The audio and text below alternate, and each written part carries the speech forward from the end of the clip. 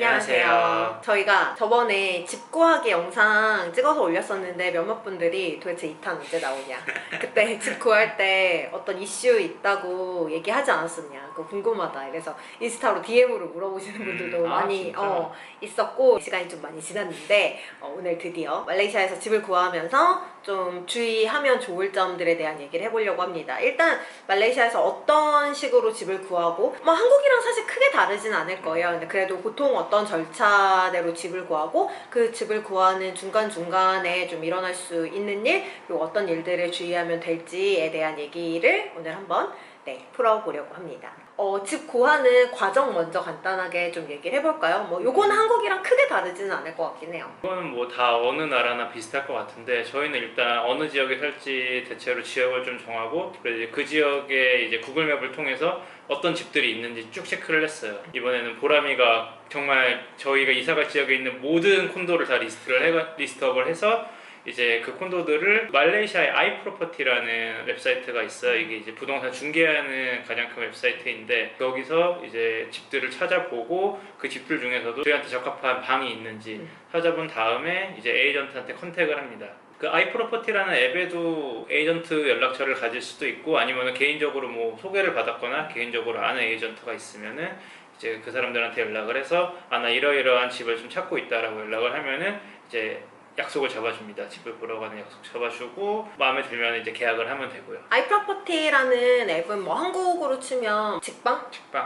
뭐 약간 이런 식의 앱이라고 생각하시면 될 것 같아요. 근데 아까 윤호가 말했던 것처럼 거기에서 직접 그 에이전트를 연결할 수도 있는데, 저희는 이미 에이전트가 있는 상황이었기 때문에 저는 좀 어떤 용도로 이용했냐면 약간 시세 알아보는 시세 알아보고 그냥 방 구조 같은 거 알아보는 용도로 좀 사용했던 것 같아요. 그래서 뭐 요거는 뭐 그런 식으로 쓸 수 있습니다. 이제는 본격적으로 말레이시아에서 집을 구하면서 꼭 고려해야 되는 상황들에 대해서 몇 가지 좀 얘기를 해볼까 해요. 저희가 한 4가지 정도 주의해야 될 점, 신경 써야 될 점을 얘기를 해볼 건데, 첫 번째는 뭐죠? 일단 에이전트가 정말 중요합니다. 제 생각에 말레이시아에서 집 구하는 거의 절반 이상은 에이전트의 복 아닐까 생각이 들어요. 한국은 에이전트 역할이 사실 계약할 때까지만 좀 중요하고, 맞아요. 그 이후로는 에이전트의 역할이 거의 없지 않아? 그치? 중개 역할에 더 그러니까, 치우친 것 같아요. 한국은 사실 계약하는 데까지 중개 역할이 훨씬 치우쳤는데, 말레이시아는 그거보단 역할이 훨씬 더 커요. 예를 들어서 이제 저희 같은 경우에는 이 직전 집의 집주인이랑 조금 트러블이 있었어요. 그래서 보증금을 다시 돌려주는 거에 굉장히 지연을 하고 굉장히 좀 많이 사실 차감을 했는데, 이 모든 거를 사실 제가 집주인이랑 직접 커뮤니케이션 한 게 아니라 에이전트 통해서 했고, 다행히 또 제 에이전트가 굉장히 좀 책임감이 있는 분이어가지고, 그래서 제가 뭔가 먼저 요청하기 전에도 이전 집주인이라든가 이전 집주인의 에이전트랑 이제 얘기를 해서 뭐 윤호 지금 얘기가 뭐 여기까지 됐어, 뭐 윤호 지금 이렇게 진행이 되고 있어, 이런 식으로 수시로 좀 저한테 얘기를 해줘가지고 편하게 좀 믿고 맡긴 것도 있었고, 집을 구할 때도 좀 가감없이 얘기를 많이 해줬었어요. 이런 거는 이 집은 이런 게 좋고 이 집은 대신 이런 게 좀 안 좋아 보이고, 그런 것도 해줘가지고, 물론 이제 계약을 하는 게 그 에이전트들한테도 중요하지만 좀 그 이상으로 좋은 에이전트를 만나면은 그 이상으로 좀 도움을 받을 수 있는 것 같습니다. 조금 더 구체적으로 덧붙이자면, 예를 들어 저희 이전 집에 보증금을 차감을 하잖아요. 집에 뭔가 문제가 있으면은 뭐 에어컨 청소해야 되니까 에어컨 청소비, 뭐 커튼 청소해야 되니까 커튼 청소비, 이런 식으로 차감을 하잖아요. 근데 이 전주인이 진짜 뭐 거의 막 먼지 한 알까지 찾아가지고 저희한테 계속 요구를 하는 상황이었는데, 그 저희는 외국인이니까 이게 되게 일반적인 케이스인지 아닌지 좀 알 수가 없잖아요. 그런 것도 에이전트가 좀 얘기를 해주고, 그리고 집주인이 뭐 청소비 같은 거 요구하면 이게 합리적인 금액인지 이런 것들도 또 다 체크를 좀 해줬거든요. 그래서 그래도 좀 우리가 믿고 맡길 수 있는 그런 상황이 됐었죠. 그리고 이거랑 연결해서 에이전트가 이제 중요한 이유랑 연결해서 저희가 여기 집 구할 때 있었던 어떤 이슈를 같이 얘기를 해볼 수 있을 것 같아요. 그 얘기를 한번 해볼까? 이제 저희가 이 집을 구할 때, 처음에는 저희는 사실 이 집이 너무 마음에 들었는데 첫 번째로 본 집이었어요. 집을 구하겠다고 마음먹은 날 첫 번째로 본 집이었는데, 이 에이전트가 다른 에이전트를 통해 가지고 이제 집을 소개를 해줬는데, 이 집을 3,300링깃을 부르는 거예요. 그래서 집이 너무 마음에 들고 좋았는데, 이제 완전히 이제 그때는 저희 예산이 너무 한참 벗어나서 알겠다, 그리고 조금 이제 아쉬운 마음을 품고 나오고, 그 뒤로 이제 2주 동안 다른 집들 다른 콘도의 다른 집들을 다 이렇게 한 3군데 정도 봤지? 3군데를 봤는데 이상하게 아까 처음에 말씀드렸던 아이프로퍼티라는 그 사이트에 있는 집 가격이랑 실제로 보여주는 집 가격이 차이가 안 나는데 이상하게 이 집만 이 집만 뭐 아이프로퍼티에 비해서 거의 7,800링기 차이가 났었어요. 적게는 500, 많게는 7,800링기 네. 정도 차이가 났었죠. 그래서 처음에 저도 의아해서 왜 그러냐, 그러니까 작년에 이제 MCO였고 그때는 사람들이 이사를 많이 안 했는데 지금 이제 MCO가 좀 완화가 돼서 수요는 많은데 공급이 부족하다고 계속 그 얘기를 하는 거였어. 처음에는 이제 오랜만에 집을 본 거니까 알았다라고 했는데 암만 생각해도 이상해서 보람이가 갔던 집들의 그 가격을 전부 다 아이프로퍼티에서 체크를 했어요. 근데 진짜 많이 차이나 봐. 200링기 차이 안 나는 경우도 많았고요. 지금 에이전트한테 다시 물어봤어요. 우리가 좀 나름 알아봤는데 가격이 너무 이상한 것 같다. 그러니까 이제 이 에이전트가 그럼 다른 에이전트 통해서 또 다시 알아보겠다라고 했는데 그날 또 왔는데 또 이 집을 또 온 거예요. 첫 번째였어. 또 첫 번째였어 그날도. 근데 이제 그날 에이전트랑 저랑 이미 현관 앞에서 눈치를 챘어요. 아 이거 똑같은 집인데? 했는데 그날은 가격이 2,800이 돼 있는 거예요. 갑자기 2주 만에 2주 만에 500링깃이 떨어져 있는 상황이 된 거예요. 에이전트만 달라진 상태고 집주인이고 뭐 나머지 컨디션이고 다 똑같았는데 그래서 저희의 합리적 의심은 첫 번째 이 집을 소개시켜준 에이전트가 본인의 이익을 위해서 가격을 굉장히 높게 부르지 않았나. 저희 또 외국인이기도 하고 뭐 이사 꼭 와야 된다고 하니까 그러지 않았나 좀 생각을 했습니다. 그날 좀 사실 저희도 속아 넘어갈 뻔도 했는데 좀 셀던 포인트가 너무 푸시했어요. 여기 너네 지금 오늘 본 집 아니면 더 볼 수 있는 집도 없어. 맞아. 막 그리고 자기 왓츠앱 보여주면서 야 이봐 MCO 전에는 나도 너네가 원하는 가격에 다 계약해줬는데 지금은 이사하려는 사람 진짜 많아 이러면서 약간 더 집 보여주려는 의지도 안 보이는 거예요. 이게 다 너네 이 중에서 무조건 이 콘도 이사 오려면 이 중에서 선택해야 돼. 그리고 그냥 이거는 사전 설명으로 조금 이해를 돕기 위해서 얘기하면 뭐 우리나라도 제가 부동산 A에다가 뭐 컨택을 했는데 거기 집이 뭐 별로 없으면 이 부동산 A 사장님이 부동산 BC 이런 다른 동네랑 연결해가지고 막 집을 보여주시잖아요. 여기도 비슷해요. 저희 에이전트는 한 명이 있고 그 에이전트가 모든 지역을 커버하는 게 아니니까 본인이 커버하지 않는 지역은 또 다른 에이전트 다른 에이전트들을 컨택해가지고 집을 보여주는 시스템이거든요. 그러니까 저희 에이전트도 이 동네에 대해서는 사실 잘 모르는 거예요. 근데 아무튼 그래서 약간 저희 에이전트한테 좀 솔직히 얘기했죠. 네가 신경 써주는 거는 잘 아는데 우리 조금 이게 의심스럽다. 왜냐면 다른 콘도 다 똑같은데 여기만 이상하니까. 아무튼 그래서 2주 만에 500링깃이 저희 에이전트도 굉장히 황당했었어요. 똑같은 집인데 금액이 어떻게 이렇게 달라지냐. 근데 뭐 이제 흔히 있는 일인 것 같기는 해요. 뭐 그 첫 번째 에이전트가 저희의 그 예산 상황을 너무 몰랐던 거죠. 갈 수가 없는 금액이었어요. 맞아, 우리가 예산 안에 있었으면은 좀 무리해서라도 마음에 들었을까 맞겠죠. 저희는 갈 수 없는 예산이었어요.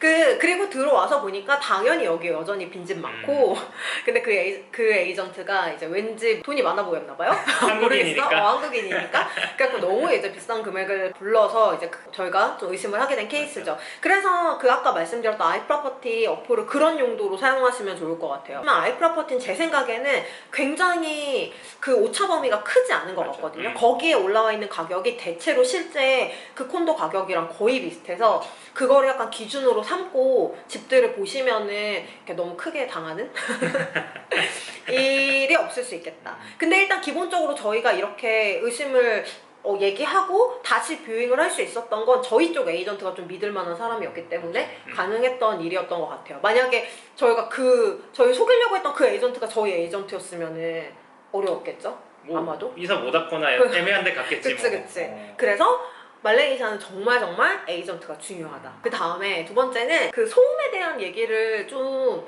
해보면 좋을 것 같아요. 저희 한국집, 물론 한국도 소음이 많죠. 물론 도시에 있는 집들은 소음 때문에 고생하시는 분들 많이 계신 걸로 알고 있는데 제가 봤을 때는 한국보다 말레이시아 건물들이 대체로 방음이 좀 안 좋아요. 특히나 한국은 샤시가 굉장히 좀 좋잖아요. 그래서 한국집 저희 4층이고 바로 앞에 놀이터 있는데도 그 베란다 문이랑 그 거실 문 딱 닫으면 바깥 소리가 거의 안 들리거든요. 근데 여기는 저희 예전 집이 22층이었는데 한 20m 펍 앞에서 노래하는 소리가 저희까지 진짜 생생하게 들리고 1층에서 멍멍이들 짖는 소리가 22층까지 올라오는 그리고 뭐 거기 그 집은 또 거기에다가 층간 소음도 굉장히 심하고 옆집에서 뭐 꼬마애가 줄넘기 하는 소리 막 이렇게 해갖고 소음이 진짜 방음이 잘 안 돼요. 그래서 이사하실 때 좀 그런 소음 체크 한번 해보시는 거를 추천드립니다. 저 같은 경우에는